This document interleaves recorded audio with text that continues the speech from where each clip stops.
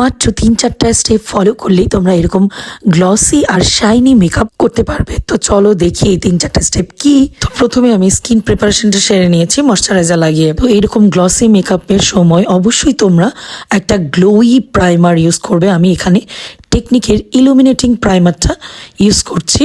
তো তোমরা প্রাইমারটা ইউজ করার পর দেখতে পাবে কতটা শাইন করে ফেসটা। তো দেখো এখনই কতটা শাইন দিচ্ছে। তো এরপর তোমরা একটু ডিউই ফাউন্ডেশন ইউজ করবে। আমি এখানে শি গ্ল্যামের ফাউন্ডেশনটা অল্প করে তারপর ফেসে অ্যাপ্লাই করছি। তোমরা যে কোনো তোমাদের পছন্দ মতো ডিউই ফাউন্ডেশন নিবে, এতে করে স্কিনটা খুবই গ্লোই দেখাবে।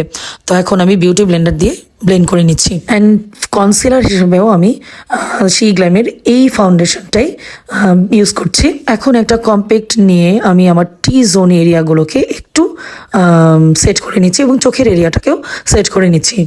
তো সেট করে নেওয়ার পর এখন আমি লিকুইড ব্লাশ, শি গ্ল্যামের আর লিকুইড হাইলাইটার, ওটাও শি গ্ল্যামের একসাথে মিক্স করে অ্যাপ্লাই করব। এতে কিন্তু অনেকটা গ্লোই একটা ইফেক্ট আসে ফেসে। এখন আমি ব্লাশ অ্যান্ড হাইলাইটারটাকে ঠিক একসাথে একটা ব্রাশের সাহায্যে ব্লেন্ড করে নিচ্ছি। গ্লসি বা শাইনি মেকআপের লাস্ট স্টেপ হচ্ছে আমরা একটা dewy type setting spray use করব।